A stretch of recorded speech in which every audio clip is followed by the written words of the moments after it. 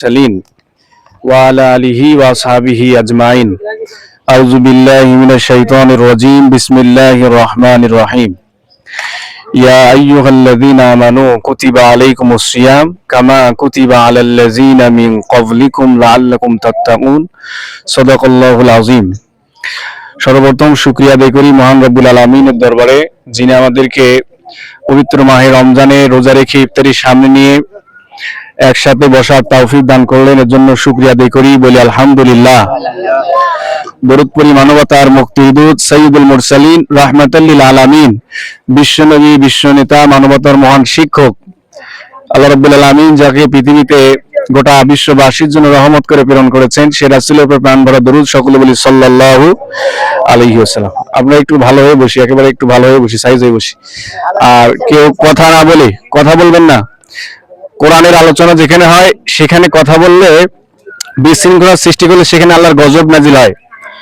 কোরআনের কথা যেখানে হয় রব্বুল আলামিন সেই মজলিসের আদব কায়দা শিক্ষা দিচ্ছেন পবিত্র কোরআনে, ওয়াইযা কুরিয়াল কুরআন ফাসতামিউ লাহু ওয়া আনসিতু লাআল্লাকুম তুরহামুন। কেউ কথা বলবেন না। যেখানে কোরআনের কথা বলা হয়, কোরআনের দাস দেওয়া হয়, কোরআনের আলোচনা করা হয়, সেখানে দুইটি শর্ত পূরণ করতে হবে। যদি বলেন কয়টি? দুইটি। এক নাম্বার ফাসতামিউ লাহু ওয়া আনসিতু লাআল্লাকুম তুরহামুন, এক নাম্বার মনোযোগ দিয়ে শ্রবণ করতে হবে, দুই নাম্বারে চুপ থাকতে হবে। বুঝা গেছে? তাহলে লাআল্লাকুম তুরহামুন আশা করা যায় তাহলে আমাদের প্রতি আল্লাহর রহমত নাজিল হয়, বলি সুবহানাল্লাহ। সম্মানিত হাজিরিন, কেউ কথা বলবেন না, কথা বললে একটু ডিস্টার্ব হবে।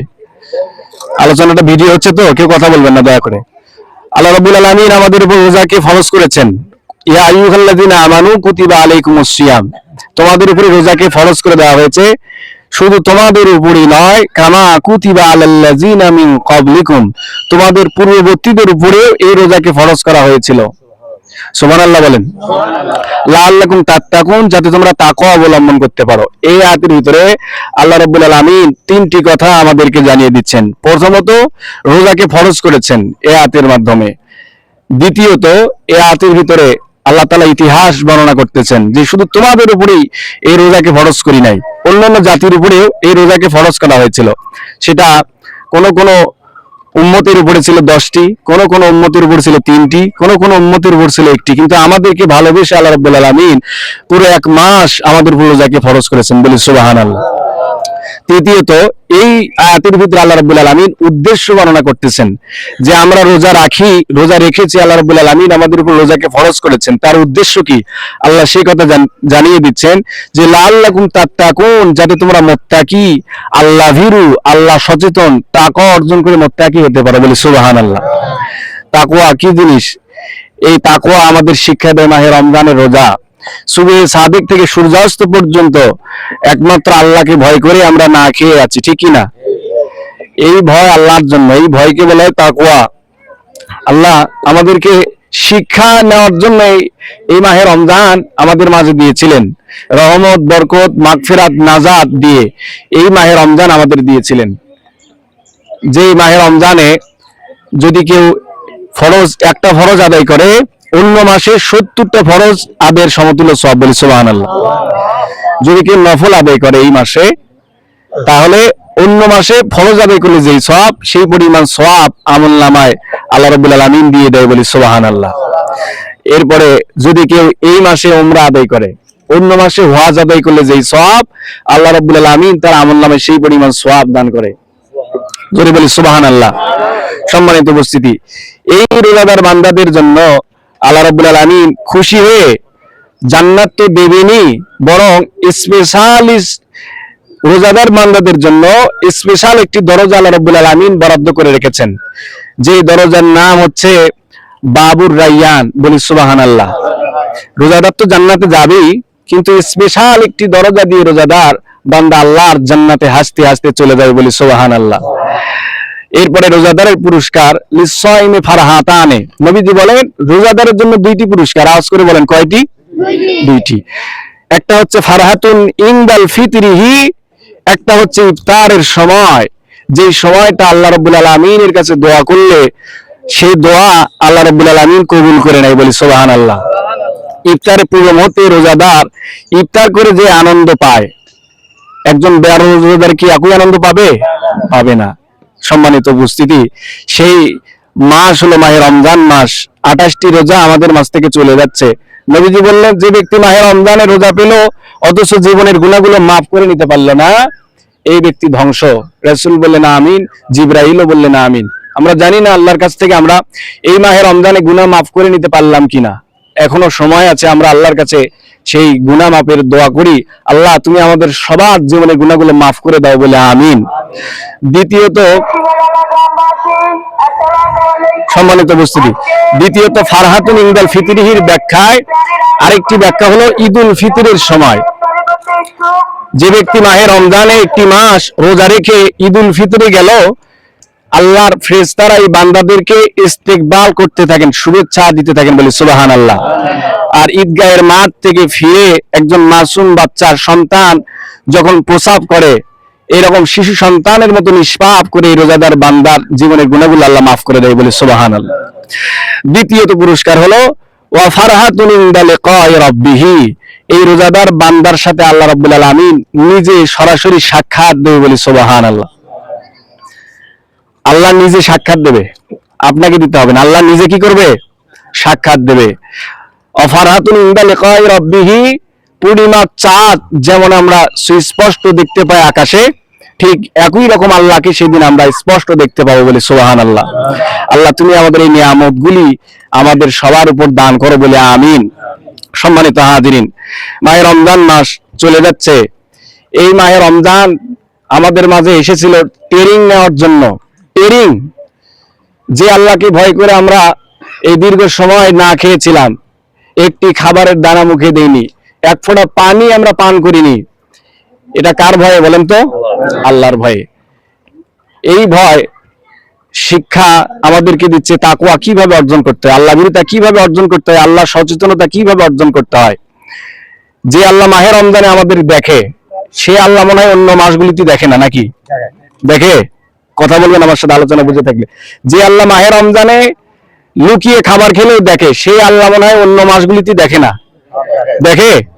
দেখে। তাহলে মাহে রমজান আমাদের শিক্ষা দিচ্ছে যে বান্দা যেখানেই থাকো, যে অবস্থায় থাকো, পৃথিবীর কেউ না দেখলেও, গোপনে গুনাহ করলেও, সেই গুনাহ কেউ না দেখলেও একজন দেখে, তিনি কে? আল্লাহ। সম্মানিত হাজিরিন, তাহলে ট্রেনিং নেওয়ার জন্য মাহে রমজান আমাদের মাঝে এসেছিল। আল্লাহকে ভয় করে এই যে কামাচার, পানাহার, এই সব কিছু থেকে আমরা বিরত ছিলাম। এই মাসের দাম, এই মাসের মর্যাদা একটি মাত্র কারণে, সেই কারণটা হচ্ছে শাহরু রমাদান আল্লাযী উনজিলা ফীহিল কুরআন। এই মাসের নাম হলো মাহে রমজান মাস। আর এই মাসে আল্লাহ রাব্বুল আলামিন নাজিল করেছেন মহা গ্রন্থ পবিত্র কোরআন বলি সুবহানাল্লাহ। হুদাল লিন্নাস, যেটা মানব জাতির জন্য হিদায়াতের একটা কিতাব, হিদায়াতের গাইডলাইন, হিদায়াতের মানদণ্ড করে আল্লাহ পৃথিবীতে প্রেরণ করেছে বলি সুবহানাল্লাহ।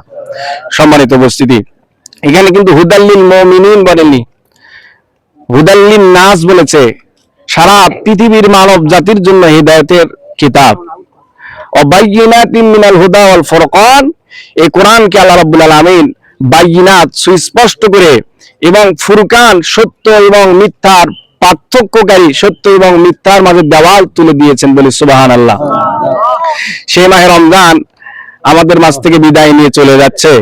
আমরা জানি না এই মাহে রমজান আমরা আবারও ফিরে পাবো কি পাবো না, ঠিক কি না? এই মাহে রমজান যদি আমাদের জীবনের শেষ রমজান হয়ে যায়, আমরা আল্লাহর কাছে দোয়া করি। রাসূল বলেছেন আস-সাওমু জুন্নাহ, রোজা হচ্ছে ঢাল। রোজা কি বলেন তো?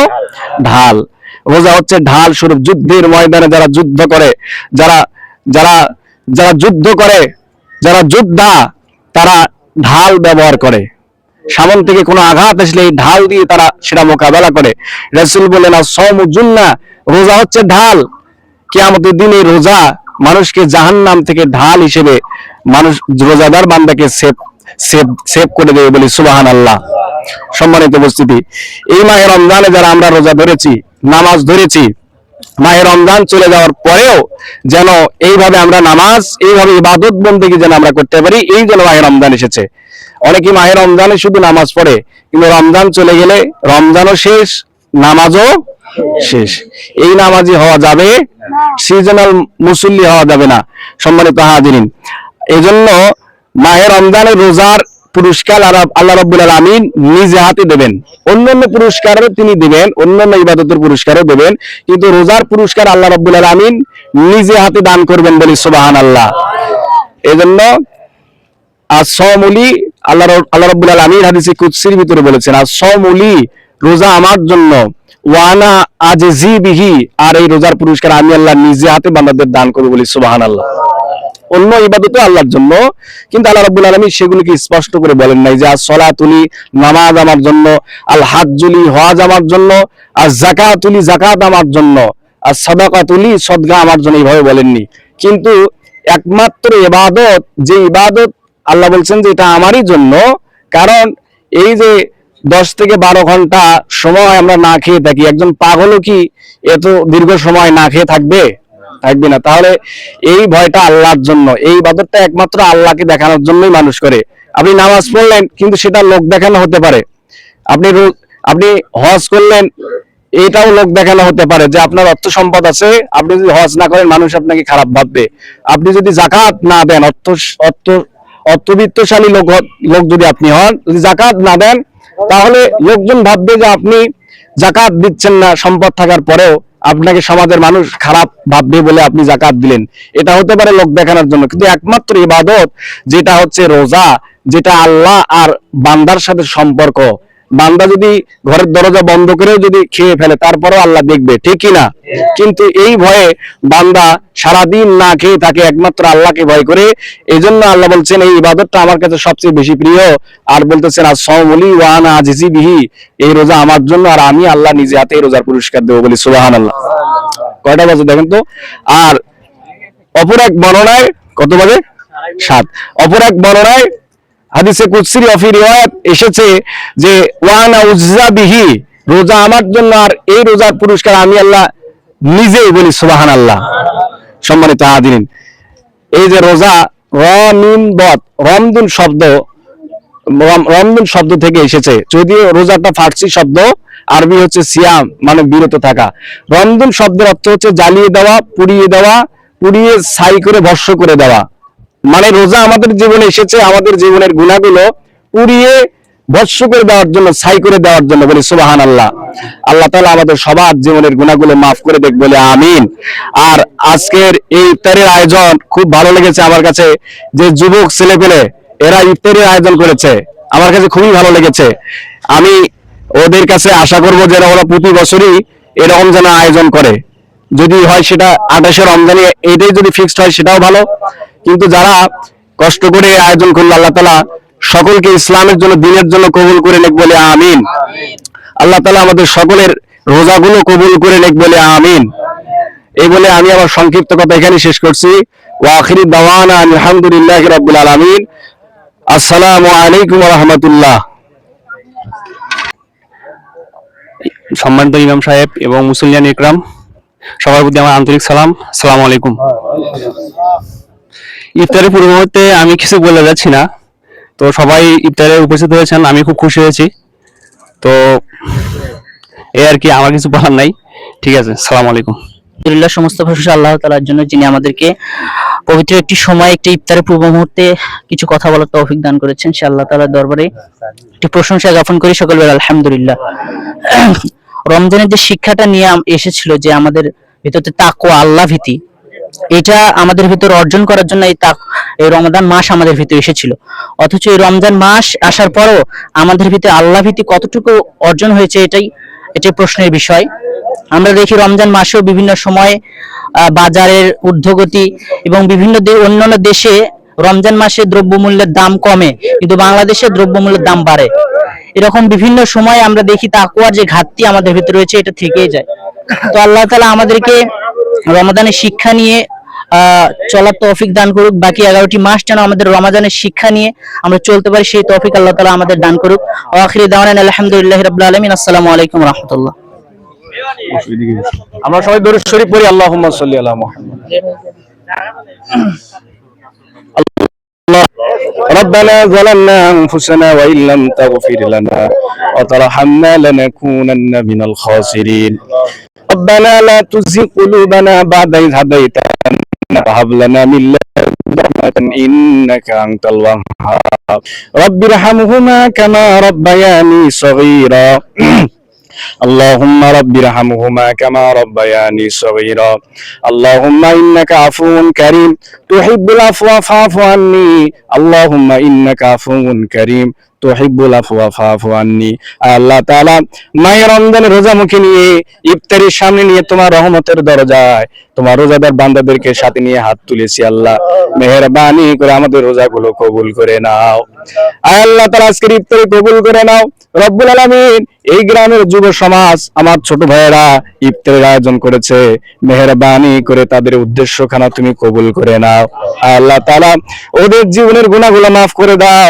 রব্বুল আলামিন ওদের মনের আশাগুলো পূরণ করে দাও আল্লাহ তাআলা যারা ছাত্র আল্লাহ মেধা শক্তি বৃদ্ধি করে দাও রব্বুল আলামিন যারা চাকরিজীবী চাকরিতে বরকত দিয়ে দাও রব্বুল আলামিন পরিবারগুলো ইসলামের জন্য কবুল করে নাও আল্লাহ তাআলা আমাদের সকলের জিন্দেগির গুনাহগুলো maaf করে দাও রব্বুল আলামিন মাহে রমজান দেখতে দেখতে আমাদের মাঝ থেকে বিদায় নিয়ে চলে যাচ্ছে কোরআন নাজিলের মাস পবিত্র মাস মাহে রমজানুল মুবারক রব্বুল আলামিন আমাদের মাহে রমজানের উসিলায় জীবনের সব গুনাহগুলো maaf করে দাও আল্লাহ তাআলা আমাদের মা বাবা যাদের কবরগুলো জান্নাতের বাগান বানিয়ে দাও আল্লাহ তাআলা যাদের আত্মীয় স্বজন দাদা দাদি নানা নানি কবরে আল্লাহ তাআলা কবরগুলো জান্নাতের বাগান বানিয়ে দাও রব্বে কারীম ইফতারের পূর্ব মুহূর্তে দোয়া কবুলের সময় আল্লাহ তাআলা সকলের মনে নেক আশাগুলো পূরণ করে দাও রব্বে কারীম জানেন এই রমজান আমাদের জীবনের শেষ রমজান হয়ে যেতে পারে রব্বুল আলামিন এই মাহে রমজানের রোজা আমাদের যেন নাজাতের উসিলা হয় তুমি কবুল করে নাও আল্লাহ তাআলা আমরা যারা অসুস্থ শিফায়ে কামিলা দান করে দাও